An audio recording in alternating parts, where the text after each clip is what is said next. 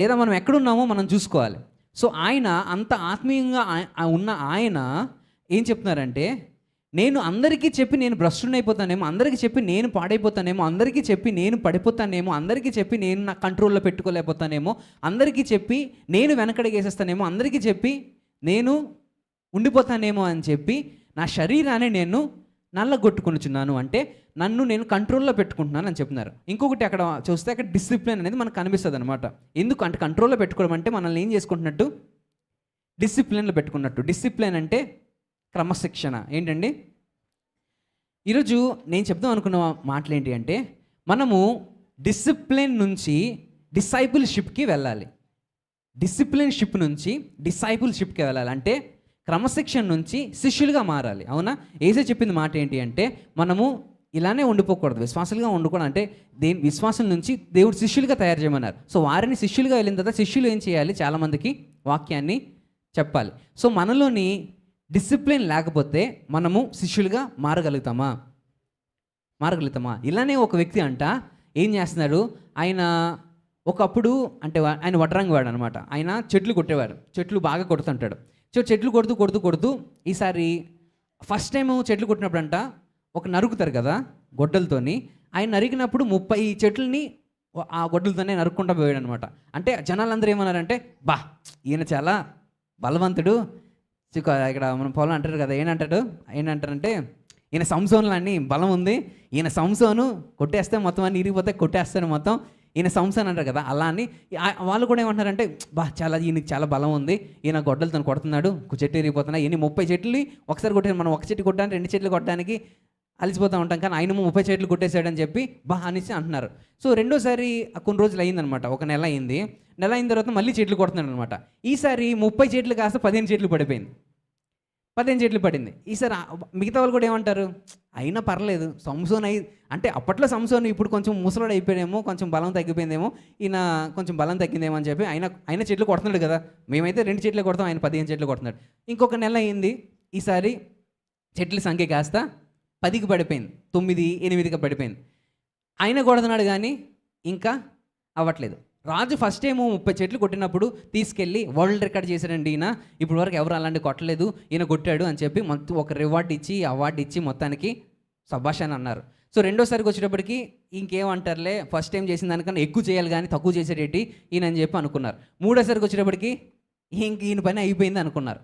తర్వాత ఈ విషయం తీసుకెళ్ళి ఎవరి దగ్గర చెప్పారంటే రాజు దగ్గర తీసుకెళ్లారనమాట. చెప్పారు, ఏం చెప్పారంటే, అయ్యా ఈయనే మీరు ఫస్ట్ టైం మీరు పొగిడి తర్వాత మెడల్ వేసి తీసుకొచ్చిన ఈయనే అని చెప్పి చెప్పారు. ఈయన అంటున్నారు, అప్పుడు రాజు అడిగి, అయ్యా నువ్వు ఫస్ట్ టైము 30 చెట్లు కొట్టావు కదా, రెండోసారికి నువ్వేం చేయాలి, ఇంప్రూవ్ అవ్వాలి కదా, అంటే 31 కొట్టాలి, లేకపోతే 32 కొట్టాలి, లేదా 33 కొట్టాలి, ఎక్స్ట్రా పెంచుకోవాలి కదా, అంటే నీకు బలం వచ్చింది, రెండోసారి కొట్టినప్పటికీ ఇంకా బలం ఎక్కువ అవుతుంది కదా, రెండోసారి ఏం చేయాలి, ఎక్కువ కొట్టాలి కదా అని అడుగుతుంటే ఆయన అంటాడు, అదే రాజా నాది కూడా అదే ప్రాబ్లము, అంటే నాకు అదే అర్థం కావట్లేదు. ఏంటంటే నేను ఫస్ట్ టైం కొట్టాను, బాగా కొట్టేస్తాను, తర్వాత సెకండ్ టైంకి వచ్చినప్పటికి తగ్గిపోయినాయి, తర్వాత మళ్ళీ 3వ వచ్చినప్పుడు మళ్ళీ తగ్గిపోయినాయి. అసలు నాకు అర్థం కావట్లేదు, నేను ముసలోని అయిపోయానేమో, నాలో బలం తగ్గిపోయిందేమో, నాకు పొట్ట వచ్చేసిందేమో, లేకపోతే నేను నడవలేకపోతున్నానేమో, అందుకని చెప్పి నేను కొట్టలేకపోతున్నానేమో అని చెప్పి నేను ఇంకా మెల్లిగా ఇప్పుడు రిటైర్ అయిపోతాం అనుకుంటున్నాను. ఏమన్నారు, నేను రిటైర్ అయిపోదాం అనుకుంటున్నాను, నాకు ఇంకా అంటే ఆయనకి 30 సంవత్సరాలే, 50 సంవత్సరాలు ఏమి అయిపోలేదు, 40 సంవత్సరాలు ఏమైపోలేదు అనమాట, 30 సంవత్సరాలే. అప్పటికి ఆయన ఏమంటున్నాడు, నాలో బలం తగ్గిపోయిందేమో అని చెప్పి చాలా నేను చింతలోకి వెళ్ళిపోయాను, డిప్రెషన్లోకి వెళ్ళిపోయాను అన్నాడు అనమాట. ఇప్పుడు రాజు ఆయన పిలిచి 2 నిమిషాలు రాజు ఆలోచించి ఆయన పిలిచి, ఒకసారి మీ ఇంటికి వెళ్ళి నువ్వు వాటిని గొడ్డలు తీసుకురా అన్నారు. సరే ఈయన వెళ్ళాడు, తీసుకొని గొడ్డలు తీసుకొని వచ్చారు. వచ్చిన తర్వాత రాజు అడిగిన మొదటి క్వశ్చన్ ఏంటంటే, ఈ గొడ్డలి పదును పెట్టావా అని అడిగారు. అంటే నేను ఫస్ట్ టైము చేసినప్పుడు బాగా దీన్ని పదును పెట్టి వెళ్ళాను, నరికేశాను, తర్వాత ఇది ఎలాగ పనిచేస్తుంది కదా అని చెప్పి నేను ఏం చేశాను, పక్కన పెట్టాను, పదును పెట్టలేదు, పక్కన పెట్టాను. తర్వాత నేను కొట్టుకుంటూ వెళ్ళాను, తర్వాత ఎలాగా ఉంటుంది కదా అని నూరుకున్నాను. అంటే రాజు అన్నాడు, ఓ బుద్ధిహీనుడా, నువ్వేం చేయాలి, నువ్వు ఈసారి పదును పెట్టుకొని వెళ్ళి మళ్ళీ నరుకు, ఒకసారి చూద్దాము నీకు నీ టాలెంట్ ఎలాగుందా అంటే మళ్ళీ పదును పెట్టుకొని వెళ్ళి ఈసారి నరికాడు. ఈసారి 32 కొట్టేశాడు. ఎందుకు పదును పెట్టినందుకు. మనము ఒకసారి వాడేసి కానీ ఒకసారి వినేసి కానీ దాన్ని వదిలేసామనుకోండి, ఏమైనా ఉపయోగపడుతుందా?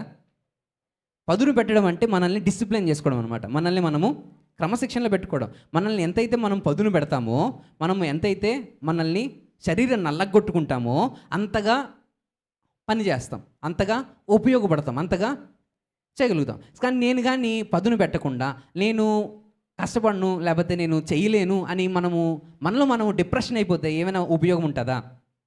ఏం ఉపయోగము లేదు. సో మనం ఏం చేయాలి? పదును పెట్టాలి. ఒకరోజు అంటే ఒక గాడిద గురించి చెప్పారు కదా, డాడీ అయ్యగారు చెప్తున్నప్పుడు ఒక మాట చెప్పారు. ఏంటి అంటే, ఒక ఒక ఆయనకి గాడిద ఉంది, అదేమో గోతులో పడిపోయింది. ఆయన వచ్చినప్పుడు చూసినప్పుడు, అయ్యో నువ్వు గోతులో పడిపోయావు, తీద్దామని చెప్పి ఆయన ప్రయత్నించాడు. ఆయన వల్ల అవ్వలేదు. ఈసారి నలుగురిని పిలిచాడు, వాళ్ళు కూడా ప్రయత్నిస్తున్నారు. గాడి చాలా బరువు ఉంది, అవ్వట్లేదు. ఇది చూసిన తర్వాత చాలామందికి ఏమనిపించింది, ఇది అయ్యే పనులు కాదేమో, ఇది జరిగే పని కాదేమో అని చెప్పి ఈసారి కొంచెం ఏదో రకంగా సాయం చేద్దామని చెప్పి మట్టిని వేద్దామని ప్రయత్నిస్తున్నారు. సో ఈ మట్టిని తీసుకొని వచ్చి ఎక్కడ వేస్తున్నారు? గాడిద మీద వేస్తున్నారు. మట్టికి భయపడి పైకి ఎగురుతుందేమో, గాడిద ఎప్పుడు ఎగురుతుందా? వాళ్ళు ప్రయత్నాలు చేస్తున్నారు, ఎగురుతుందేమో అని చెప్పి అనుకుంటున్నారు. లేకపోతే ఇక ఏదో వచ్చి చంపేయడం బదులు మనమే ఏదో చేద్దామని చెప్పి మొత్తానికి ఏదో చేస్తున్నారు. ఏం చేస్తున్నారంటే దాని మీదకి ఏం వేస్తున్నారు? మట్టి వేస్తున్నారు. సో గాడిది 2 నిమిషాలు ఆలోచించింది అనమాట. ఏంటంటే, నా మీద ఎందుకు మట్టి వేస్తున్నారు? నన్ను పూర్తి చేస్తారా? నన్ను చంపేస్తారేమో, నేను ఇంక బయటికి రాలేనని చెప్పి నన్ను పూర్తి చేద్దామని ఫిక్స్ అయిపోయారు వీళ్ళు. నన్ను సజీవ దహనం చేసేస్తున్నారు, సజీవంగా దానిలో పూర్తి చేద్దాం అనుకుంటున్నారు అని చెప్పి అనుకుందేమో. రెండోది, సరేలే ఇంక నన్ను చంపేద్దాం అనుకున్నారు కదా, తలంచేసి చచ్చిపోతాం అని అనుకుందేమో. మనలో చాలామంది అదే చేస్తాం కదా. ఏంటంటే, ప్రెషర్స్ వచ్చినప్పుడు, ప్రాబ్లమ్స్ వచ్చినప్పుడు మన మీద ఎవరైనా ఇది ఇంకా అయిపోయిందని చెప్పి ఎవరైనా మనం అంటున్నప్పుడు మనం ఏం చేస్తామంటే, అవునులే ఇక నా లైఫ్ అయిపోయిందిలే అని చెప్పి వదిలేస్తాము. కానీ అక్కడ 2 నిమిషాల తర్వాత మళ్ళీ గాడిదకి ఐడియా వచ్చిందనమాట. ఏంటంటే, ఈ మట్టి ఏదో వేస్తున్నారు కదా, ఈ మట్టిని దులిపేసుకొని ఏం చేస్తాను, పక్కన వేసుకుంటాను. సో ఈసారి మొత్తానికి మట్టి వేస్తుంటే మట్టిని దులిపి కిందకి వేస్తుంది. వేసిన తర్వాత ఒక గట్టు పైకి ఎక్కుతుంది. సో ఇలాగా ఎక్కి మొత్తానికి బయటికి వచ్చేసింది. ఎందుకు? మట్టి వేసినందుక, వేసిన మట్టిని దులుపుకొని ఇంకో ప్రయత్నం చేసి పైకి లెగిసినందుక? ప్రయత్నం చేసినందుకు. మనలో చాలామంది ప్రయత్నం చేయకపోవడం వల్ల, లేకపోతే మనలో చాలామంది ప్రయత్నించకుండా, అంటే ఇంకా నా దగ్గర ఆపర్చునిటీసే లేవు, దేవుడు నా తలుపులన్నీ మూసేశాడు, తర్వాత నా దేవుడు ఇంకా నాకు ఇంకొక ఆపర్చునిటీ ఇవ్వట్లేదు అని చెప్పి ప్రయత్నించకుండా అదే గోతులో ఉండిపోతే బయటికి రాగలుగుతామా? రాలేం. సో మనము ప్రయత్నించాలి, పదును పెట్టాలి. సో అలా ప్రయత్నించి పదును పెట్టగలిగితే మనం కూడా ఏమవుతాం? షార్ప్ అవుతాం. ఏమవుతాం? ఎంతమంది షార్ప్ అవ్వాలని కోరిక కలిగి ఉన్నారు చెప్పండి? నేనైతే అవుదాం అనుకుంటున్నాను షార్ప్. సో అందుకని చదవాలి కదా. ఎంతమంది షార్ప్ అవుతాం? సో షార్ప్ అవ్వాలి అనుకున్నవారు ఏం చేయాలి? ఈరోజు క్రమశిక్షణ. మనం ఏం చేయాలి? క్రమశిక్షణ ఎవరికి అవసరం అంటే, ఎవరైతే వింటున్నారో, ఎవరైతే పదును పెట్టగలుగుతారో, ఎవరైతే చేయగలుగుతారో వారికి అవసరం ఉంటుందన్నమాట. సో మనము మన జీవితంలోని గుర్తుపెట్టుకోవాల్సింది ఏంటంటే, ఈరోజు నేను ఈ ప్రాకారము, ఈ గోడలు ఉన్నాయి కదా, ఈ గోడల గురించి చిన్న ఫాస్ట్గా కొన్ని మాటలు తెలుసుకుందాం. యెహోషువలో అక్కడ మనము అదంతా తీనక్కర్లేదు, ఇంటికి చదవండి. యెహోషువ 1వ అధ్యాయము, 2వ అధ్యాయం, 3వ అధ్యాయం, 4వ అధ్యాయం నుంచి మనకు కనిపిస్తుంది. 4వ అధ్యాయం నుంచి మనకి ఏం కనిపిస్తుంది అంటే, ఎరికో గోడలు కనబడతాయి. అవునా? ఎరికో చాలా పెద్దది. దానిలో నుంచి వెళ్తే వాళ్ళు, ఇశ్రాయేలు ప్రజలు ఏం పొందుకుంటారు? దేవుడు చెప్పారు, ఏం పొందుకుంటారని చెప్పారండి? నేను ప్రామిస్ చేస్తున్న ఈ యొక్క స్థలాన్ని మీరు పొందుకుంటారు అని చెప్పారు. సో ఇది తెలుసుకున్న యెరూషలేము, అంటే ఆ ప్రామిస్ ల్యాండ్కి వెళ్ళాలి అని చెప్పి ఇశ్రాయేల్ ప్రజలు ఏం చేశారంటే, మొత్తానికి ఎరికో పట్టణానికి వెళ్ళాలని అనుకున్నారు. ఇంత లోపల ఎరికో పట్టణానికి వెళ్ళే ముందు, యోర్దాన్ని దాటే ముందు అక్కడ ఒక ఆయన చనిపోయారు. ఎవరు అంటే మోషే. మోషే చనిపోయారు. ఇప్పుడు ఈయనకి ఎవరు లేరు? నాయకుడు లేరు. సో నాయకుడు లేకపోతే ప్రజలు పరిగెట్టగలరా? అంటే చేయగలరా? ఏమైనా పని చేయలేరు. సో వీళ్ళకి నాయకుడు కావాలి. ఇంత లోపల ఈ నాయకుడిని ఎవరు ఎందుకున్నారంటే యెహోషువని ఎన్నుకున్నారు. సో యెహోషువని ఎన్నుకున్న తర్వాత యెహోషువని దేవుడు ఉపయోగించుకుందామని దేవుడు యెహోషువతో మాట్లాడి ఇదంతా మనకు తెలిసిందే. తర్వాత ఇప్పుడు అక్కడ యెరికో పట్టణం ఉంది. యోర్దాను దాటి అక్కడికి వచ్చారు. ఇప్పుడు యెరికో పట్టణానికి వెళ్తున్నారు. యెరికో పట్టణం నుంచి ఏం చేయాలి ఇప్పుడు? ఏం చేయాలి? యెరికో పట్టణాన్ని ఏం చేయాలి? స్వాధీనపరచుకోవాలి. అంటే అక్కడ పట్టణాన్ని నుంచి వెళ్ళి అటువైపు వెళ్ళాలి. సో ఇప్పుడు యెరికో పట్టణాన్ని కూల్చాలి అన్న, యెరికో పట్టణాన్ని స్వాధీనపరచుకోవాలి అంటే అక్కడ పెద్ద పెద్ద వాల్స్ ఉన్నాయన్నమాట. ఏమున్నాయి? పెద్ద పెద్ద ప్రాకారాలు ఉన్నాయి. ఈ ప్రాకారము, ఈ బౌండరీస్, ఇది పెద్ద పెద్ద వాల్స్, ఇది చాలా పెద్ద బౌండరీ. అంటే ఇది పెద్ద వాల్స్ పెద్దగా కట్టుకున్నారు. ఎందుకంటే బయట వాళ్ళు ఏమైనా దాడి చేస్తారని భయంతో కట్టుకున్నారేమో. మొత్తానికి పెద్ద ప్రాకారం కట్టుకున్నారు. సో ఈ ప్రాకారాలు ఇవన్నీ ఏం చేయాలి? మనం కూల్చాలి. మన వల్ల ఏమైనా అవుతుందా? అవ్వదు. యెహోషువకి అప్పుడే కొత్తగా ఎన్నుకున్న నాయకుడు ఫస్ట్ ఒకటి యోర్దాను దేవుడు దాటించేశాడు. ఇప్పుడేమో అక్కడ కట్టాలనుకున్నారు. ఇప్పుడు మొత్తానికి ఆయనకి ఏం అర్థం కావట్లేదు. సో ఈ టైంలోని వాళ్ళు ఏం చేద్దాం అనుకున్నారంటే, యెహోషువతో దేవుడు మాట్లాడి ఏం చెప్పారంటే, మీరు వెళ్ళి అక్కడ ఈ యెరికో పట్టణం ఉంది కదా, యెరికో పట్టణం చుట్టూ ఏం చేయాలి అంట?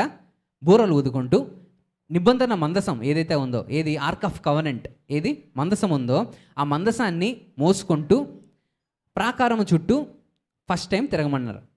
అప్పుడు యెహోషువకి ఏమని అర్థమై ఉంటుందా? ఏం అర్థం కాదు.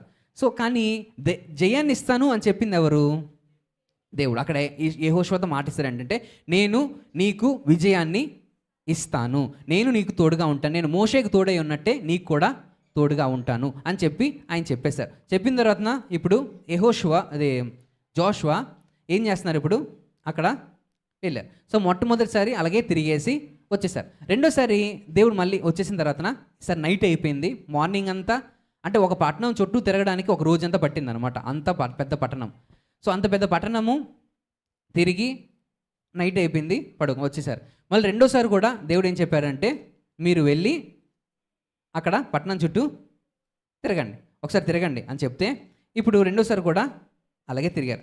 సో అలాగే తిరిగి ఇలాగా ఎన్నిసార్లు చేశారంటే 7 సార్లు చేశారు. అక్కడ 6వ అధ్యాయము చూడండి ఒకసారి. 6వ అధ్యాయము ఎందుకు చెప్పండి? నువ్వు ఉంటే స్థలము ఏంటి అంటే పరిశుద్ధమైన స్థలము కనుక ఏం చేయమన్నారు? ప్రాతరక్షణలు బయటపెట్టమన్నారు అనమాట. అక్కడ అంటే వచ్చిన పని చెప్పేసి పంపించవచ్చు కదా, వచ్చిన పని నేను ఇది అని చెప్పేసి పంపించవచ్చు కదా. కానీ ఎందుకని బయటపెట్టు, లేకపోతే ఇక్కడ పెట్టు, లేకపోతే ఇది చెయ్యు, ఇది చేయకూడదు అని ఎందుకు అక్కడ చెప్పడం జరిగింది? ఎందుకు చెప్పడం జరిగింది? ఎందుకంటే అక్కడ ఆయనకి ఒక డిసిప్లిన్ నేర్పించాలి కదా. సో ఆయన సేమ్ ఇది ఆయన చెప్పినట్టే ఈయన చేస్తున్నారో లేదో ఈయన కూడా చూస్తారు, అవునా? చూసిన తర్వాత ఏసీ చెప్పిన, దేవుని చెప్పిన ప్రకారము ఆయన ఏం చేశారంటే 7 మార్లు తిరగడానికి ప్రయత్నం మొదలుపెట్టారు. అక్కడ 6వ అధ్యాయం మొత్తం మనకు కనబడుతుంది అనమాట. 7 సార్లు తిరగమని చెప్తే 4వ వచనంలో చూడండి. అక్కడ అలాగూ 6 దినములు చేయిచు రావలను, 7 యాజకులతో పొట్టేళ్ళు ఊరలు పట్టుకొని ముందుగా నడువలను. 7వ దినమున మీరు 7 మారులు పట్టణము చుట్టూ తిరుగుచుండగా, 6 రోజులు 6 సార్లు తిరగాలి. 7వ రోజు 7 సార్లు ఆ పట్టణం చుట్టూ తిరుగుచుండగా మానక కొమ్ములతో వారు ధ్వని చేయుచుండగా ఆ బూరధ్వని వినున్నప్పుడు జనులందరూ ఆర్భాటముగా కేకలు వేయవలను. అందుకని అక్కడ దాని ముందు 9వ వచనం చూడండి. యోధులు బూరలు నుదుచున్న యాజకులను ముందుగా నడిచిరి, దండు వెనుకకి భాగము మందసము వెంబడి వచ్చెను. యాజకులు వెళ్ళుచు బూరలు ఊదుచుండిరి. మరియు యెహోషువ, మీరు కేకలు వేయడని నేను చెప్పు దినము వరకు మీరు కేకలు వేయవద్దు, మీ కంఠధ్వని వినబడనీయవద్దు, మీ నోటి నుండి ఏ ధ్వనియు రావలదు, నేను చెప్పునప్పుడే మీరు కేకలు వేయవలనని జనులకు ఆజ్ఞ ఇచ్చాను. ఎందుకు చెప్పారు? ఆయన ఎందుకు చెప్పడం జరిగింది? ఎందుకంటే ఇప్పుడు వాళ్ళు ధ్వని చేసుకుంటూ, వాళ్ళు కేకలు వేసుకుంటూ చేసుకున్నారనుకో, అక్కడ దేవునికి మహిమ కలుగుతుందా? కాదు. అంటే అక్కడ దేవుని మహిమ కలుగుతుంది లేదా దేవుని మహిమ కలుగుతుంది కాదు. అక్కడ ఇన్ కేస్ వాళ్ళు గెలిచేశారనుకో, మొదటిసారి కేకలు వేసేసి, లేకపోతే ఒకవేళ గెలిచేశారనుకో, వాళ్ళు ఈ గెలుపు ఎవరి వల్ల వచ్చింది అనుకుంటారు? మా వల్లే వచ్చింది అనుకుంటారు. ఎందుకంటే మేము అరిసాము కదా, అందుకనే జరిగిందేమో, లేకపోతే దేవుడు చెప్పాడు కదా అందుకని జరిగిందని వాళ్ళు అనుకోరు. సో అందుకని వాళ్ళకి కొన్ని డిసిప్లిన్గా కొన్ని మాటలు చెప్పారు. ఏంటి అంటే ఇవి మీరు చెయ్యండి అప్పుడే మీకు ఇది జరుగుతుంది అని చెప్పి. సో వాళ్ళు కూడా డిసిప్లిన్గా ఎవరు కూడా ఒక్క కేక కూడా వేయకుండా 6 సార్లు నడిచారు. తర్వాత 7వ సారి 7 సార్లు నడిచారు. నడిచిన తర్వాత ఏమైంది అని అంటే అక్కడ 15వ వచనం చూడండి. చుట్టూ తిరిగి పల్లెంలోకి మరలా వచ్చిరి. 6 దినములు వారు అలాగూ చేయి వచ్చిరి. 7వ దినమున వారు ఉదయమున చీకటితోనే లేచి 7 మారులు ఆ ప్రకారము పట్టణం చుట్టూ తిరిగిరి. ఆ దినమున మాత్రమే వారు 7 మారులు పట్టణం చుట్టూ తిరిగిరి. 7 మారులు 7వ మారు యాజకులు బూర ఊదగా యెహోవా జనులకు ఇలాగూ ఆజ్ఞ ఇచ్చెను, కేకలు వేయుడి, యెహోవా ఈ పట్టణమును మీకు అప్పగించుచున్నాడు. ఈ పట్టణములో దీనిలోనున్నది యావత్తును యెహోవా వలన శపింపబడెను. రాహాబు అనే వేశ్య మనల్ని పంపారు కనుక అక్కడ రాహాబు వేశ్య గురించి మనకు అక్కడ కనిపిస్తుంది. తర్వాత కనుక ఆమె ఈ ఇంటినున్న వారు మాత్రమే బ్రతుకుతారు. చప్పిబడిన వారి దానిలో కొంచెమైనను మీరు కొన్ని ఎడల మీరు శ్రాపగ్రస్తులై ఇశ్రాయేలు పల్లెమునకు శాపము తెప్పించి దాన్ని వాళ్ళకు బాధ కలుగజేయదురు కనుక చంపింపబడిన దాన్ని మీరు ముట్టకూడదు అని చెప్పి ఇక్కడ కూడా ఒక రూల్ పెట్టారు. ఇందాక ఒక రూలు ఎక్కడ, ఫస్ట్ రూల్ ఎక్కడ చెప్పులు బయట పెట్టాను అంటే రెండో రూల్ ఎక్కడ మనం విన్నాం, మీరు కేకలు వేయొద్దు, 6 సార్లు తిరగండి అని చెప్పి అక్కడ ఒక రూల్ చెప్పారు. సో 6 సార్లు తిరిగారు. 7వ సారి మళ్ళీ 7 సార్లు తిరగాలని చెప్పారు. సో ఈ 7 సార్లు 6 సార్లు ఎందుకు తిరగమంటున్నారు అంటే అక్కడ వారు ఇన్ కేస్ పేషెన్స్ కోల్పోయి 6 సార్లు తిరిగాం కదా, ఇంకా దేవుడు ఏం కార్యం చేయట్లేదు కదా అని చెప్పి వెనకడుగు వేసేస్తే కదా, అది కూడా మనం ఆలోచించాలి. అక్కడ ఇశ్రాయేలు ప్రజలు 3 సార్లు తిరిగారండి కష్టపడి. ఒక రోజు పడుతుంది మొత్తం అంతా తిరిగి ఇవన్నీ మోసుకుంటూ తిరగాలి అంటే ఎంత కష్టమో, అవునా? ఈ కష్టమైన పని దేవుడు వారితో ఎందుకు చేయించారు అంటే జయం అనేది ఈజీగా వచ్చేస్తే ఎవరైనా హ్యాపీగా తీసుకుంటారా? చులకనగా తీసుకుంటారు, తేలిగ్గా తీసుకుంటారు. మనకి అడిగిన వెంటనే దొరికేసింది అనుకోండి, అడిగిన వెంటనే ఫ్రీగా దొరికేసింది అనుకో, అడిగిన వెంటనే ఫ్రీగా ఇచ్చేసామనుకో, దాన్ని ఎవరైనా జాగ్రత్తగా కాపాడుకుంటారా? లేదు. ఒకవేళ ఈ మొబైల్ కానీ ఈ యొక్క ట్యాబ్ కానీ ఫ్రీగా ఇచ్చారనుకో, దీన్ని ఎలా పడితే అలా వాడతారు, అవునా? కిందనేసి పైనేసి అట్టేసి ఇసిరేసి ఇది వాడేస్తారు. కానీ ఇన్ కేస్ ఇది 30,000 పెట్టి కొన్నాం అనుకోండి, ఏం చేస్తారు? చాలా జాగ్రత్తగా వాడతాం. ఇప్పుడు నార్మల్గా ఫోన్స్ ఉన్నాయి, అది ఇక్కడ పెట్టి వాడామనుకోండి, ఏమవుతుంది?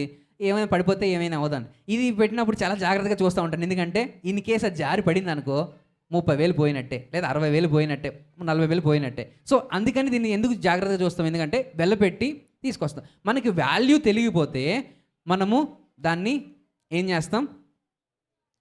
చులకనగా చూస్తాం. సో మనం వాల్యూ తెలియడానికి నల్లగొట్టుకోవాలి. ఏం చేయాలి? నల్లగొట్టుకోవాలి. సో మనకు ఒక వాల్యూ తెలియాలి అంటే మనము కష్టపడాలి. ఒకదాని వాల్యూ తెలియాలి అంటే కష్టపడాలి. అందుకని దేవుడు వాళ్ళకి వాల్యూ, ఒక జీవితానికి కూడా వాల్యూ రావాలి అంటే దేవుడు వారికి ఏం చేస్తారు? 2-3 దెబ్బలు వేస్తారు. సో ఎవరిని ప్రేమిస్తారో వారినే తండ్రి, ఎవరిని ప్రేమిస్తారో ఆ బిడ్డనే శిక్షిస్తారు. సో శిక్షించిన కుమారుడు ఎవరైతే ఉన్నారో వానికి వాల్యూ రావాలనే కదా ఆయనకి పదును పెడుతున్నట్టు. ఈ చెక్క ఏదైతే ఉందో, ఈ కత్త ఏదైతే ఉందో వాడాలి అంటే దాన్ని ఏం చేయాలి? పదును పెట్టాలి. సో ఇశ్రాయేల్ ప్రజలకు కూడా ఆ యొక్క విజయానికి ఉన్న వాల్యూ వాళ్ళకి తెలియాలి అంటే వాళ్ళు కష్టపడాలి. సో వాళ్ళు యుద్ధం చేయలేదు. వాళ్ళు అక్కడికి వెళ్ళి కత్తులు పట్టుకొని మీరు రండిరా నేను కూడా వస్తాను, నువ్వు కొట్టు నేను కూడా కొడతాను, నువ్వు చేయి పెట్టు నేను కూడా చేయి పెడతానని చెప్పి ఆయన ఏం చేయలేదు. వాళ్ళు ఒకటే చేశారు, ప్రార్థించారు, స్తుతించారు, చుట్టూ తిరిగారు. కానీ కష్టపడి తిరిగారు. అంటే వాళ్ళకి బాధ అనిపిస్తున్నా ఆ బాధని ఇష్టపడి చేశారు. కష్టపడి దాన్ని ఇష్టపడి చేశారు. అంటే వాళ్ళు బాడీ అలిసిపోతున్నా, వాళ్ళ బాడీ అంటే వాళ్ళకి స్ట్రెంగ్త్ తగ్గిపోతున్నా ఇష్టపడి చేస్తున్నారు కనుక వాళ్ళు ఎన్నిసార్లు చేశారు? 6 సార్లు చేశారు. మళ్ళీ ఇంకా ఇష్టపడి వాళ్ళకి కష్టమైనా ఇష్టపడి చేస్తున్నారు కనుక 7వసారి 7 మార్లు తిరగమన్నారు. ఒక్కొక్క రోజు ఒక్కొక్కసారి. ఆ పట్టణం చాలా పెద్ద పట్టణం అన్నమాట. ఇప్పుడు ఇచ్చాపురం అంతా ఉంటుందేమో అనుకోండి. అంత ప్లేస్ మొత్తం చుట్టూరు తిరగాలి అంటే ఒక రోజంతా పట్టేసింది అనుకోండి. ఒకసారి తిరిగాము, రెండోసారి వెళ్ళమంటే మనకు మొదటిసారికే కష్టమైపోతుంది. రెండోసారికి వచ్చేటప్పటికి ఇంకొక అడుగు ముందుకి వేయము. మూడోసారి ఏమంటే ఏంటండి ఇప్పుడు అందరు కలిసి యెహోషువ మీద ఏమంటారు, ఏమనండి మీకు ఏమైనా పిచ్చి పట్టిందా, అయ్యగారు మీరు చెప్పేశారు, మీరు వెనకతలు వచ్చేస్తున్నారు ఈజీగా, కష్టపడుతుంది మేము కదా, నడుస్తుంది మేము కదా, మాకు నొప్పి మాకు వస్తుంది కదా, మీరేం పట్టించుకోవట్లేదు అని చెప్పి వాళ్ళు కంప్లైంట్ చేయొచ్చు. చేస్తున్నారా? చేయలేదు. 6 సార్లు తిరిగేశారు. మళ్ళీ 7వసారి కూడా వాళ్ళు కంప్లైంట్ చేశారా? 6 సార్లు తిరగమన్నారు కదా, తిరిగాం కదా, మళ్ళీ 7వసారి కూడా మీరు తిరగమంటున్నారు ఏంటి, ఏమైనా మీరు ఏం కోరుకుంటున్నారు అని అన్నారా? లేదు. సో వాళ్ళు ఈసారి ఏం చేస్తున్నారంటే 7 సార్లు పట్టణం చుట్టూ తిరిగారు.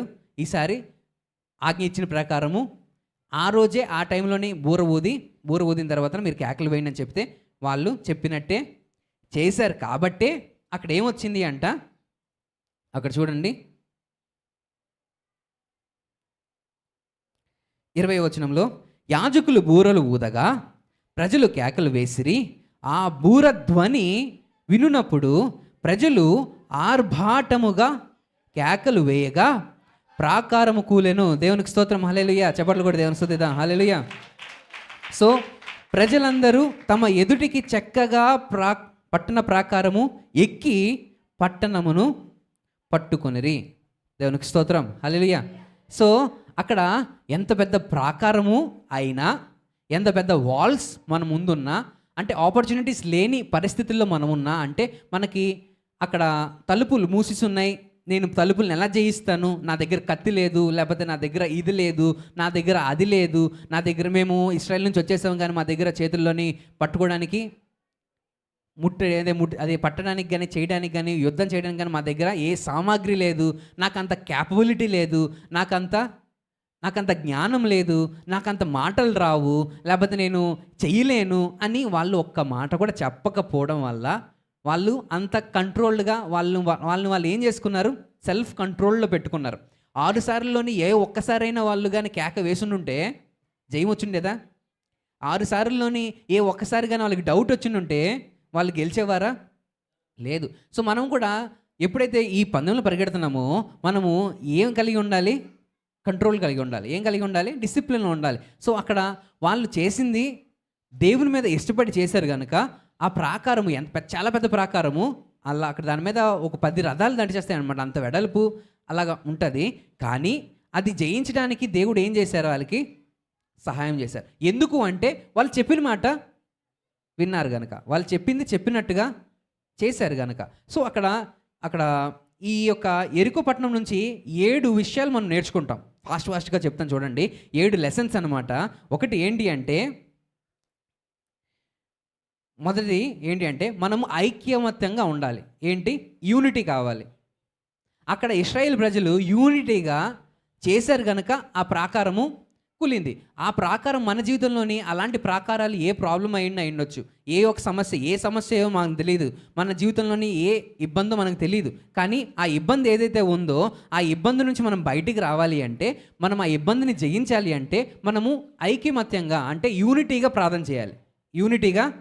ప్రార్థన చేయాలి. కుటుంబ సమేతంగా ప్రార్థన చేయాలి. కుటుంబ సమేతంగా ఆరాధించాలి. అక్కడ కుటుంబ సమేతంగా ఇశ్రాయేల్ ప్రజలందరూ కలిసి ఏం చేశారు? ప్రార్థన చేశారు. ఫస్ట్ది ఏంటండి? ఐక్యత. వాళ్ళు ఐక్యంగా చేశారు కనుక జయము వచ్చింది. ఆ ప్రాకారం కూలింది. మనం యూనిటీ లేకుండా మనం ఏమి చేసినా, యూనిటీ లేకుండా మనము సహోదర ప్రేమ లేకుండా, సహోదరులు ఐక్యత కలిగి ఉంటే ఎంత మేలు, ఎంత మనోహరం అన్నారు కదా. సో సహోదరులు ప్రేమ లేకుండా, సహోదరుల ఐక్యత లేకుండా మనం చర్చిగా వస్తున్నా, చర్చిలో ఉండకపోతే ఏం లాభం? అంటే మనము చర్చిలో ఉండడం కాదు, మనమే చర్చిగా ఉండాలి. చర్చ్ అంటే ఏంటో తెలుసా? చర్చ్ అంటే మనము చర్చ్. మనం చర్చిలో మనలో ఐక్యత లేదనుకోండి, చర్చిలా ఉంటుందా? లేదు. సో మనం ప్రాకారాలు కోర్చాలి అన్నా, మనము విజయం పొందుకోవాలన్నా, మనం ఏదైనా జయించాలి అన్నా ఫస్ట్ మనకు కావాల్సింది ఏంటి? ఐక్యత. సో మనం వీ మస్ట్ సే యునైటెడ్. అందుకని అక్కడ యెహోషువ 6:3-5లో మనకు కనబడుతుంది అనమాట. రెండోది ఏంటంటే, అక్కడ ఎలాంటిదైనా, ఎలాంటి కొండలైనా, ఎలాంటి సమస్యలైనా, ఎలాంటి ఇబ్బందులైనా, ఎలాంటి ఒడిదుడుకులైనా, ఎలాంటి ప్రాబ్లమ్స్ అయినా మన జీవితంలో ఉండొచ్చు.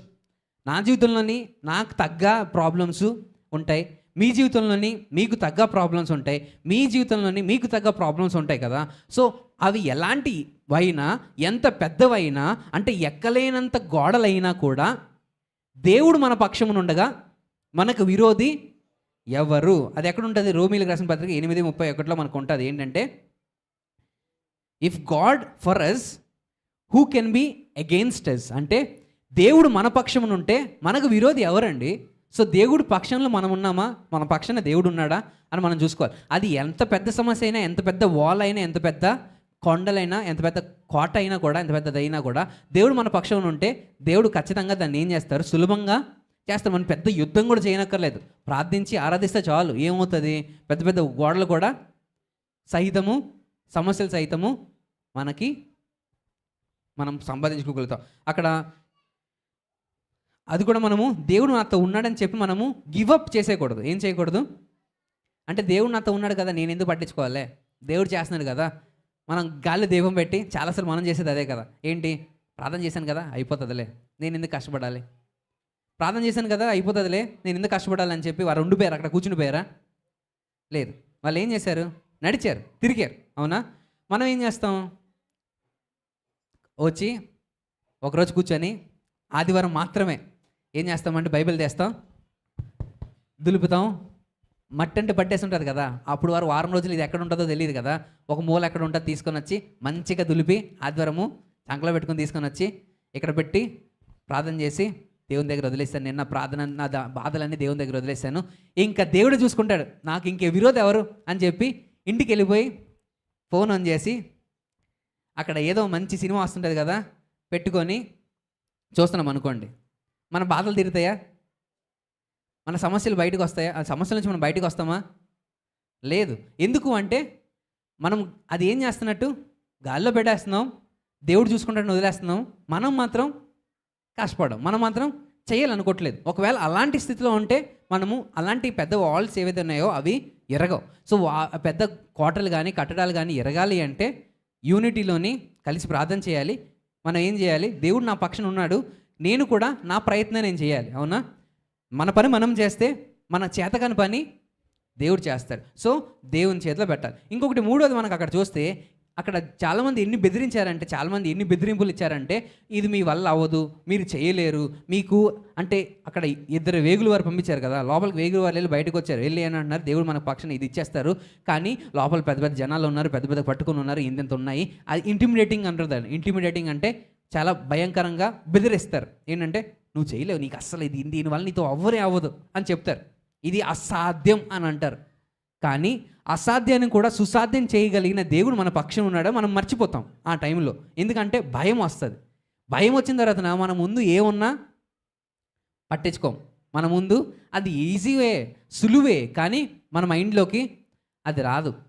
సో దేవుడు ఏం చెప్తున్నారంటే, అలాంటి సిచ్యువేషన్స్ వచ్చినప్పటికీ కూడా, ఎంతమంది ఎన్ని భయంకరం అంటే మనల్ని బెదిరించినా కూడా దేవుడు మన పక్షాన ఉంటే ఏముండదు. కొరింథీయులకు రాసిన పత్రిక 4:8 అక్కడ ఏముంటుందంటే, we are pressed by every side by troubles but we are not crushed, we are perplexed but not driven to despair, we are hunted down but never abandoned by God, we get knock down but we are not destroyed.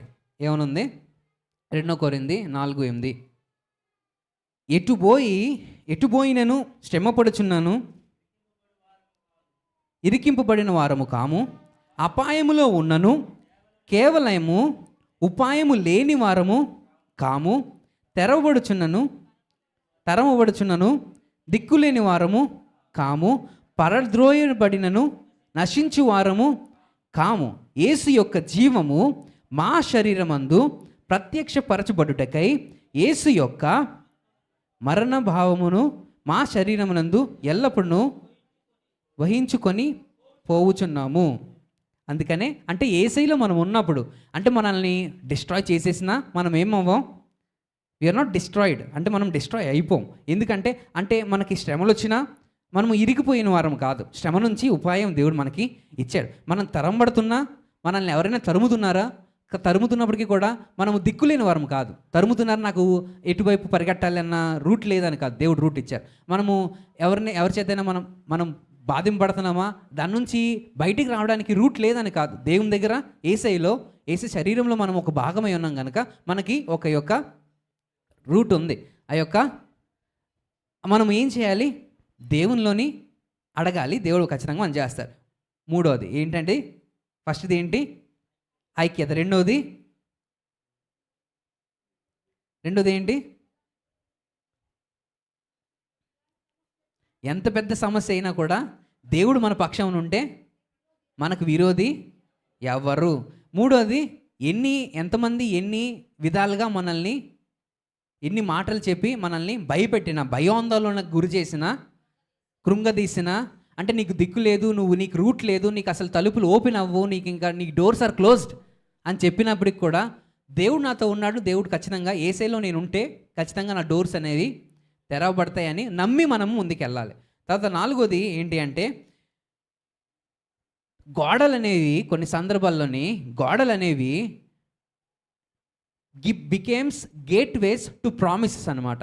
అంటే తలుపులు ముయ్యబడడానికి కారణం ఏంటి అంటే, ఒక gateway దేనికోసము ఆశీర్వాదం పొందుకోవడానికి ఒక opportunity అయి ఉండొచ్చు. పెద్ద పెద్ద గోడలు మనకి రావడానికి ఇప్పుడు ఇంటర్మీడియట్ ఇంటర్మీడియట్ ఎగ్జామ్స్ అవుతున్నాయి కదా, వారికి ఎగ్జామ్ పెడతారు, పెద్ద పెద్ద క్వశ్చన్లు ఇస్తారు, పెద్ద టెస్ట్ పెడతారు. ఎందుకు పెడతారు చెప్పండి? ఆ ఎగ్జామ్ క్వాలిఫై అవుతే పెద్ద పోస్ట్కి వెళ్ళగలుగుతారు, ఆశీర్వాదము పొందుకోగలుగుతారు. సో ఒకటి పొందుకోవాలి, ఒక ఆశీర్వాదం మనకు కావాలి అంటే ఒక టెస్ట్ అనేది ఉంటుంది. అంటే ఎంత పెద్ద గోడ అయితే అంత పెద్ద ఆశీర్వాదం ముందు ఉంటుంది, ఎంత పెద్ద టెస్ట్ అయితే అంత పెద్ద ఆశీర్వాదం మనకి ముందు ఉంటుంది. సో పెద్ద పెద్ద గోడలు ఉన్నాయి కదా మనం భయపడిపోయి వెనకలు వేయకుండా, అది ఎంత పెద్ద గోడ అయితే అంత పెద్ద ఆశీర్వాదం మనకి ఉంటుంది. కానీ మనం దేవునిలో ఉండి అడగాలి. సో గోడలు అనేవి చూసి మనం భయపడకూడదు. ఈ గోడలు అనేవి దేవుని దగ్గర చిన్నవే, మన దృష్టికి పెద్దవై ఉండొచ్చు. ఇప్పుడు ఇంటర్మీడియట్ ఎగ్జాము, నా ఎంబీబీఎస్ ఎగ్జాము పక్కన పెడితే ఇంటర్మీడియట్ ఎగ్జామ్ నాకేమనిపిస్తుంది? చిన్నది అనిపిస్తుంది. ఇది ఎంత నేను ఎప్పుడో రాసేసాను అనిపిస్తుంది. కానీ ఎంబీబీఎస్ ఎగ్జామ్ రాయాలంటే చాలా కష్టం. కానీ అంటే ఒక లెవెల్ నుంచి ఇంకొక లెవెల్, అంటే ఎంత పెద్ద గోడలు అవుతే అంత పెద్దగా మనం ఏమవుతాం, పొందుకోగలుగుతాం. సో గోడలు వచ్చాయని కదా మనం భయపడకూడదు. అంటే ఎంత పెద్ద శోధన వచ్చింది అంటే ఇంత పెద్ద గోడ ఉంది, నేను జయించలేను అనుకోకూడదు. అంత పెద్ద గోడ ఉందంటే అంత పెద్ద బ్లెస్సింగ్ అనేది మనకు ముందుంది అని మనము గుర్తుపెట్టుకోవాలి. సో ఐదవది ఏంటి అంటే, ఇన్ కేస్ మనము ఒక ఇబ్బందుల నుంచి బయటకు వచ్చాం, ఒక సమస్య నుంచి ఇరుకు గోడలు కూల్చబడిన తర్వాత, అంటే కూల్చబడే టైంలోని ఇశ్రాయేల్ ప్రజలకి ఏమని ఇచ్చారు, అక్కడ ఏమని చెప్పారు? అక్కడ బోర ఊదేటప్పుడు మాత్రమే మీరు ఏం చేయాలి? కేకలు వేయాలి. ఆ కేకలు ఎందుకు వేయాలి అంటే, ఆ కేకలు దేనికి సూచనగా ఉందంటే విజయానికి సూచనగా ఉంది. సో విజయము దేవుడు నాకు ఇచ్చేస్తున్నాడు అని చెప్పి కేకలు వేశారు అనమాట. సో మనము అక్కడికి విజయం ఆ ముందే వచ్చిందా? లేదు. వాళ్ళు విజయం నాకు వచ్చేస్తుందని కేకలు వేసిన తర్వాత ఏమైనా గోడలు కూలిని. అవునా? మనం ముందు నమ్మాలి. ఏంటి? దేవుడు నాకు విజయం ఇచ్చేస్తున్నాడు అని మనం ఎంత గట్టిగా నమ్ముతామో అంత గట్టిగా దేవుడు వెంటనే తలుపుని తెరుస్తాడు. సో మనం విజయం అంటే వస్తుందా రాదు డౌట్లో ఉండి, అది జరగదో డౌట్లో ఉండి, అది దేవుడు ఇస్తాడో లేదో అన్న డౌట్లో ఉండి, ఇంతకీ అది నేను అడిగాను దేవుడు చేస్తానన్నాడు చూద్దాం అన్న డైలమాలో వదిలేసాం అనుకోండి, అది జరుగుతుందా? జరగదు. సో వాళ్ళు విజయం రాకముందే కేకలు వేశారు. అవునా? అందుకని విజయము వచ్చేసింది. సో దేవుడు చెప్పారు ఇలాగా మీరు కేకలు వేయండి ఈ టైంలో. సో విజయానికి గుర్తుగా వాళ్ళు కేకలు వేశారు. మనం కూడా ఏం చేయాలంటే విజయం దేవుడు నాకు ఇస్తున్నాడని చెప్పి మనం గట్టిగా దేవుని దగ్గర అడగాలి. సో అప్పుడు దేవుడు మన జీవితంలో కూడా ఏం చేస్తారు? ఉపకార్యాలు చేస్తారు. తర్వాత ఆరవ విషయం ఏంటి అంటే, ఇది ఏదైతే ఉందో ఇది ఎంత పెద్ద సమస్య మనకు కనిపిస్తుందో, ఈ సమస్య కానీ, ఈ యొక్క ఒడిదుడుకులు కానీ, ఈ యొక్క ఇబ్బందులు కానీ, ఈ పెద్ద గోడ కానీ, ఈ కోట కానీ మన వల్ల అయితే కాదు, మన వల్ల అయితే దీన్ని సాధించలేము. కానీ అక్కడ దేవుని ఇంకొక దగ్గర అక్కడ జకరియా మాటలో ఉంటుంది ఏంటంటే, it's not by sight, not by our power but by the spirit says the lord of host. అంటే నా యొక్క మీ యొక్క శక్తి మీద కాదు, మన యొక్క బలం మీద కాదు, కానీ దేవుని యొక్క ఆత్మ ద్వారాగే. శక్తి చేత కాదనెను, బలము ఇది కాదనెను, నా ఆత్మ ద్వారా దీని చేతునని యెహోవా సెలవిచ్చెను. దానికి స్తోత్రం. హల్లెలూయా. ఇది ఎలా జరుగుతుంది? నా శక్తి చేత కాదు, నా బలముతో కాదు, ఎంతమంది సైన్యం ఉన్నారు, ఇశ్రాయేల్ ప్రజలు ఉన్నారని కాదు. అక్కడ ఎవరి వల్ల జరిగింది? దేవుని ద్వారాగా, నా ఆత్మ ద్వారా, దేవుని ఆత్మ ద్వారాగే ఇది జరుగుతుంది. సో దేవుని ఆత్మ ద్వారాగే జరుగుతుందని మనం గట్టిగా నమ్మాలి. ఏం చేయాలి? గట్టిగా నమ్మితేనే జరుగుతుంది. మనం కష్టపడడం చేసాము, కానీ దేవుని ఆత్మ ద్వారా చేస్తారని చెప్పి మనం నమ్మితే మనకి ఏమవుతుంది?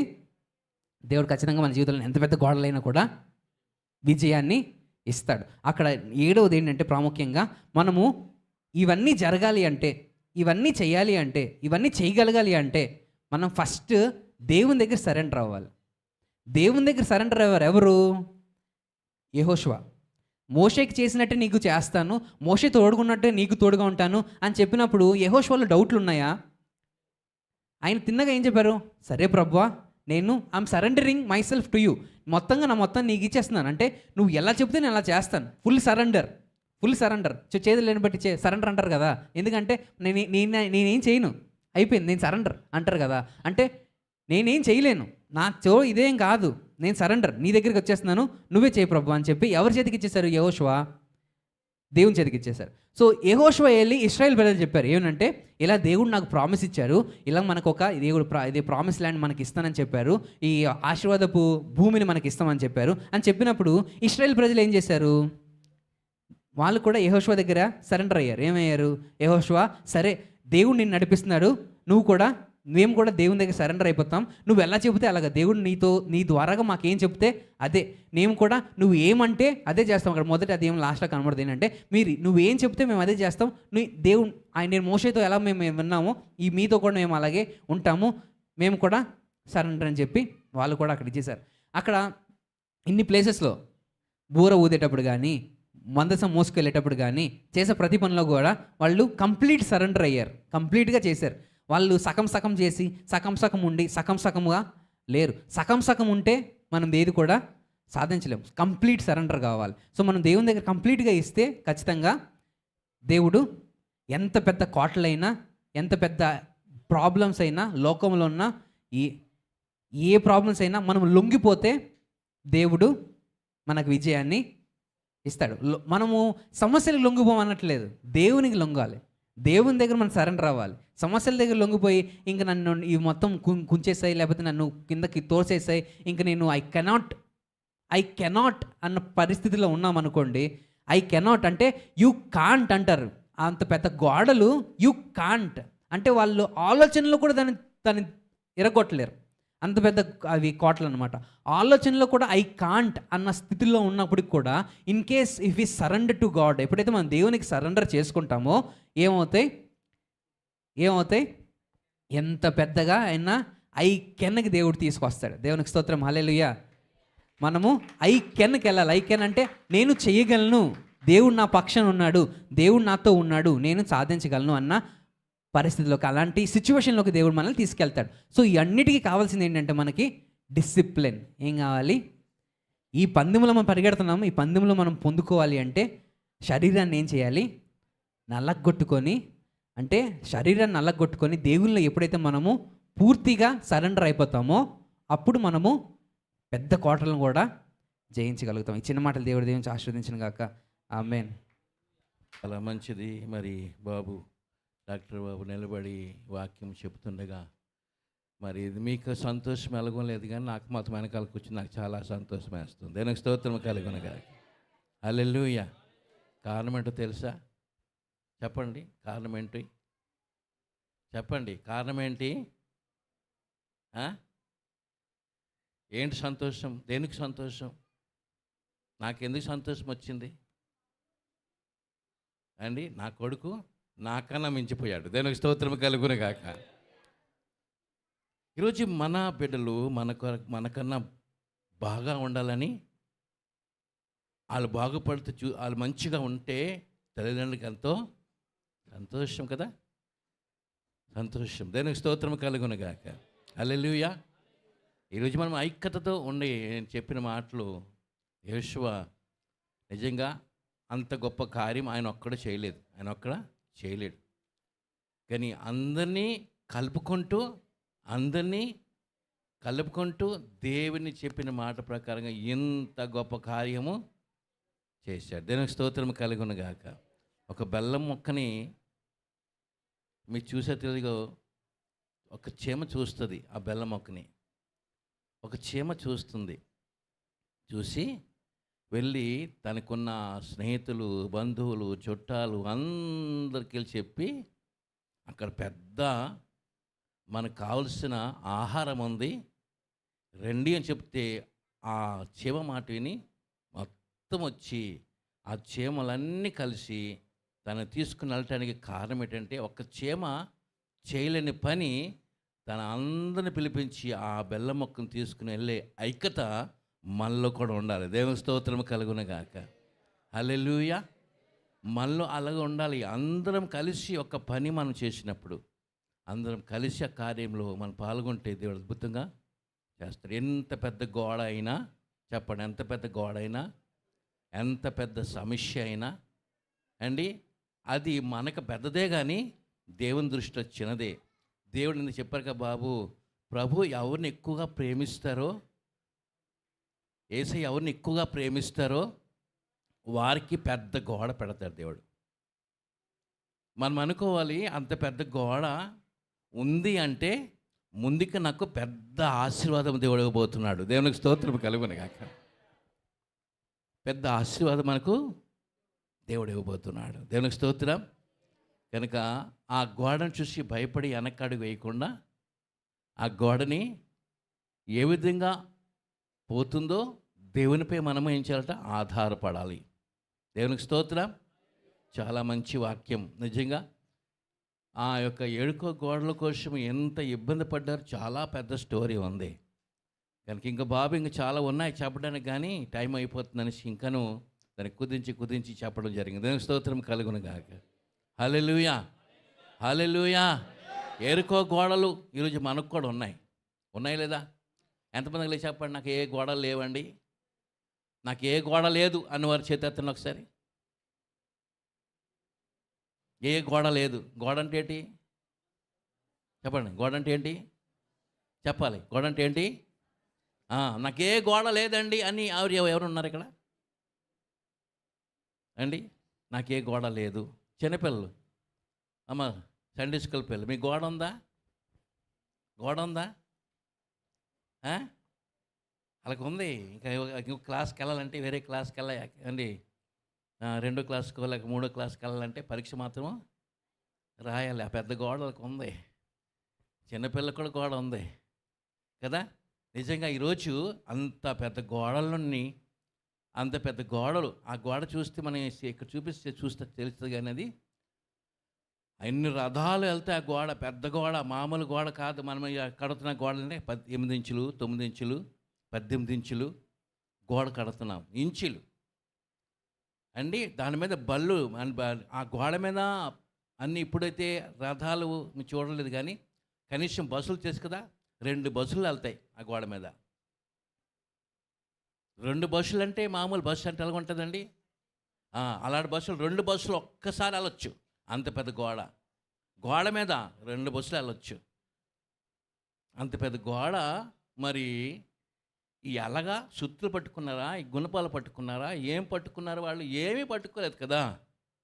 అంత పెద్ద గోడని దేవుడు సులువుగా, ఎంత సులువుగా చేశారనుకుంటున్నారా? ఒక ప్రార్థనే, స్తుతించటమే, ఆరాధించటమే, దేవుని మహింపరచటమే, దేవుని ఘనపరచటమే అంత పెద్ద గోడని ఎరగొట్టగలిగారు. దేవునికి స్తోత్రం కలుగునుగాక. మనకెంత పెద్ద సమస్య అయినా, ఎంత పెద్ద గోడ అయినా కూడా దేవుడు నీ పక్షంలో ఉండి, మన పక్షంలో ఉండి కార్యం చేయగల గొప్ప దేవుడు మన పక్కన ఉన్నాడు. దేవునికి స్తోత్రం కలుగునుగాక. పౌలుగా చెప్తే మాట ఏందో చదువుతున్న కొరింథీ పత్రిక 2వ అధ్యాయంలో చెప్తే మాట ఏంటంటే, నాకు ఎంత వచ్చినా కూడా నేను భయపడను. దేవునికి స్తోత్రం కలుగునుగాక. హల్లెలూయా. ఎవరికి చెప్పండి, ఎంత నిరాశపడకండి, కృంగిపోకండి. దేవుడు ఒక దినం మనము మంచి కార్యం చూడబోతున్నాం. దేవునికి స్తోత్రం కలుగునుగాక. మంచి దినాలు మనకు వస్తున్నాయి, మంచి రోజులు మనకు వస్తున్నాయి అని మనం ఏం చేయాలట? ఏం చేయాలి? మనము ధైర్యంగా ఉండాలి, నిరాశపడకూడదు. మంచి రోజులు మనకు వస్తున్నాయి, మంచి దినాలు మనకు వస్తున్నాయి. దేవునికి స్తోత్రం. హల్లెలూయా, హల్లెలూయా. చాలా మంచిది. సమయం మనకు లేదు, అయినప్పటికీ కూడా కొద్ది మాటలు మరి ఇంత చక్కగా దేవుని వాక్యాన్ని నిజంగా మనమందరం కూడా ఎలాగుంటా ప్రాకారం లేని సమితి చదివే కదా, ప్రాకారం లేని చెప్పండి, ప్రాకారం లేని గోడ ఎంతో మనస్సుని ఎక్కడుంది మనసు? మందిరంలో ఉందా మనసు? లేక చికెన్ కూర వండుతున్నారు వాసన దగ్గర కొండ దగ్గరికి వెళ్ళిపోయిందా మనసు? మన మనసు ఎక్కడుంది అండి? మనస్సు అదుపులో లేనివాడు అంతే. దేవునికి స్తోత్రం కలుగును గాక. హల్లెలూయా. నేను ఆ వాక్యం సమితి చదివినప్పుడు ఈ మాట చెప్తారు కావాలనుకుంటే అది గోడల కోసం వెళ్ళిపోయింది. ఇంకొక సబ్జెక్ట్ ఉంది, మనస్సు. కానీ దానికి మనం చెప్పడానికి టైం లేదు. కానీ దేవునికి స్తోత్రం కలుగును గాక. హల్లెలూయా, హల్లెలూయా. సంఘం, చర్చ్ సిద్ధపడుతుంది. ఇది సిద్ధపాటు చేసే మందిరం. ఇది సిద్ధపడటకు మన మందిరం దేవుడు మనకి ఇచ్చాడు. చర్చ్కి మనం ఎందుకు వెళ్ళాలంటే సిద్ధపడటానికి వెళ్ళాలి. దేవునికి స్తోత్రం కలుగును గాక. సిద్ధపడటానికి మనం వెళ్ళాలి. ఎక్కడ సిద్ధపడడానికి? పెళ్ళికి కాదు అండి. పెళ్ళికి సిద్ధపడతారు చాలామంది. పెళ్ళికి వెళ్ళినప్పుడు మంచి బట్టలు వేసుకుని వెళ్తారు. పెళ్ళికి వెళ్ళినప్పుడు మంచి బంగారం ఇంకా తొడుక్కొని వెళ్తారు. సిద్ధపడడం చాలా మంచిది. ఎందుకంటే అక్కడికి వెళ్తే ఇలా మామూలుగా వెళ్ళిపోతే అక్కడ ఎవరు నేను గౌరవించరు, నేను గుర్తించరు. మంచిగా సిద్ధపడి వెళ్తే అబ్బా చాలా మంచి వ్యక్తి అమ్మ అందరు గౌరవిస్తారు. సిద్ధపడి ఎక్కడికి వెళ్ళినా నీకు గౌరవం దొరుకుతుంది. సిద్ధపాటు లేకుండా ఎక్కడికి వెళ్ళినా కూడా నీకు గౌరవం అంది ఉండదు. అది ఇల్లు అవ్వచ్చు, ఎక్కడ అవ్వచ్చు. కానీ ప్రభు అంటున్నాడు సిద్ధపడటం అనేది చాలా అవసరం. ఆ సిద్ధపాటు లేకుండా మనము ఏ పని కూడా చేయలేం.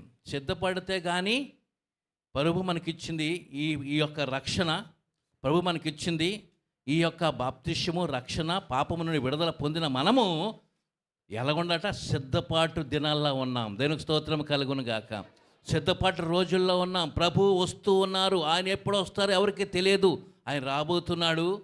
ఆయన వచ్చినప్పుడు మనమందరం కూడా సిద్ధపడి ఉండాలి. అందరినీ పోగు చేస్తాడంట. దేవునికి స్తోత్రం కలుగును గాక. అందరినీ పోగు చేస్తాడు. అన్ని సంఘాల్లో ఉన్నాడు, పోగు చేస్తాడు. ఆ పోగులో దేవుడు గొల్లవాడు ఏ విధంగా అయితే మేకల్ని గొర్రెల్ని వేరుపరుస్తాడో అలాగే మనల్ని కూడా వేరుపరిచేస్తాడు. దేవునికి స్తోత్రం కలుగును గాక కదా.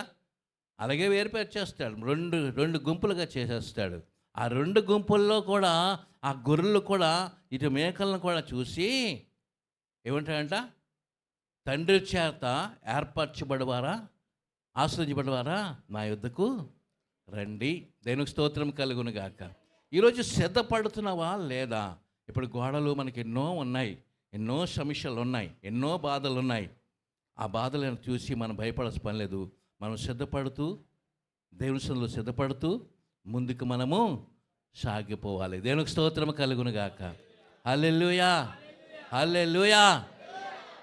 మరి ఈ సమయంలో మరి ఇంత చక్కనైన మాటలు, చక్కనైన వాక్యం చెప్పిన తర్వాత మన్నీ చెప్తే దానికి ప్రయోజనమేమీ లేదు. దేవునికి స్తోత్రం కలుగును గాక. హల్లెలూయా, హల్లెలూయా, హల్లెలూయా. ఇప్పుడు మనకు సమస్యలు ఉన్నాయని ఎంతమంది దానికోసం కృంగిపోతున్నాం అండి? సమస్యలు ఉన్నాయని మనం కృంగిపోనక్కర్లేదు. మన యెహోషువ అంత పెద్ద గోడల్ని ఈజీగా చేసింది మన కోసము. ఆ గోడలు కూడా దేవుడు చాలా ఈజీగా చేస్తాడు. దేవునికి స్తోత్రం. ప్రార్థన చేద్దాం. ఆ ప్రార్థనలో మనం ఇప్పుడు సిద్ధపడి ఉందాం. దేవునికి స్తోత్రం. హల్లెలూయా. చాలా మంచిది. ప్రార్థన చేద్దాం. అందరూ తల వంచండి. ఈ వాక్యాన్ని ఒక్కసారి మనమందరం కూడా ఒక్కసారి నెమరు వేసుకుందాం. ఒక్కసారి ఆలోచిద్దాం. అవును ప్రభువా, నేను అడుగుతున్నాను, నేను అడిగింది పొందలేకపోతున్నానేమో, నాలో అనుమానం ఉంది. నా భర్త తాగుబోతు ప్రభు అని సంఘానికి చెప్తున్నాను, అయ్యగారికి చెప్తున్నాను. అయ్యగారు ప్రార్థన చేయండి, అమ్మగారు ప్రార్థన చేయండి, సంఘమంది ప్రార్థన చేయండి.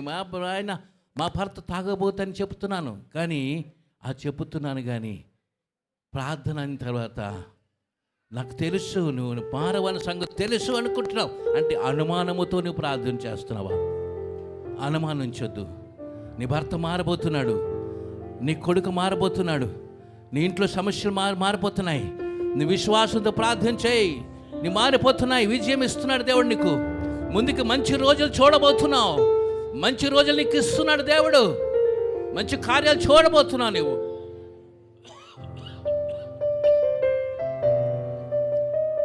నమ్మి ప్రార్థన చేయి. విజయం ఇచ్చేవాడు నీవే. విజయం ఇచ్చేవాడు నీవే. నీ కుటుంబంలో ఒకప్పుడు కుటుంబంలో శాంతి లేదు, సమాధానం లేదు, చీకటితో ఉన్న గృహము ఇప్పుడు వెలుగుగా మారబోతుంది. వెలుగు నీలో నింపబోతున్నాడు. వెలుగు దేవుడు నింపబోతున్నాడు.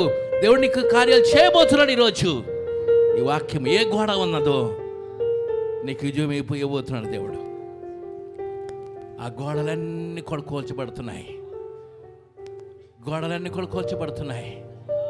ఎంతమందో నిన్ను అన్నారు, ఇక నువ్వు అవ్వద్దు, నీ అప్పులు తీరవు, నువ్వు ఇల్లు కట్టలేవు, నువ్వు ఇల్లు కట్టలేవు, అప్పులు తీరదు. నీకు ఎంతమందో నీకు నిరాశపడ్డారేమో, నీకు చిన్న చూపు చూస్తున్నారేమో. ప్రభు నీతో ఉన్నాడు. దేవుడు నీతో ఉన్నాడు. ఒక మంచి రోజులు రాబోతున్నాయి. ఆ మంచి రోజుల్లో నువ్వు అడుగు పట్టబోతున్నావు.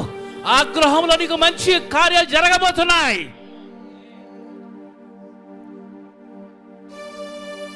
ఒక్కసారి అందరం కూడా మోకరించి రెండు చేతుల పైకెత్తి, ప్రభువా, దేవా, నాకు చాలా గోడల్లో ఉన్నాయి ప్రభువా. ఈ గోడల కన్నా తండ్రి కొట్టబడాలంటే మోకాల మీద నిలబడి ఒక్కసారి మోకాల మీద నిలబడదామా? మోకాల మీద నిలబడి రెండు చేతుల పైకెత్తి, దేవా, నీ తల పైకెత్తి, దేవా, ప్రభువా అని కేకవై. ఒక్కసారి గట్టిగా బిగ్గరగా నీ కేకవై. నీ కేక వినాలని ఇష్టపడుతున్నా ఆయన. నీ మొర ఇష్టపడుతున్నా ఆయన. నీ గోడలన్నీ కూడా ఆయన కోల్చబోయి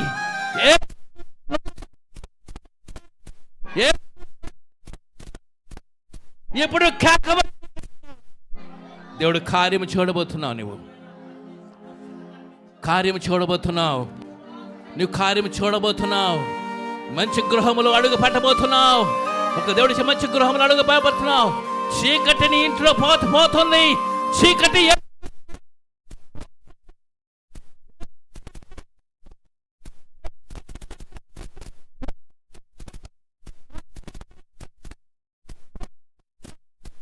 ఆ కట్టులన్నీ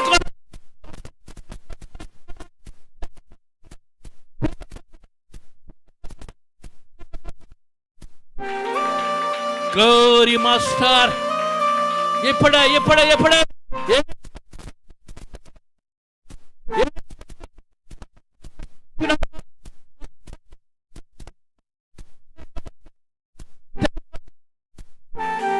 ప్రైజ్ గాడ్. హల్లెలూయా, హల్లెలూయా.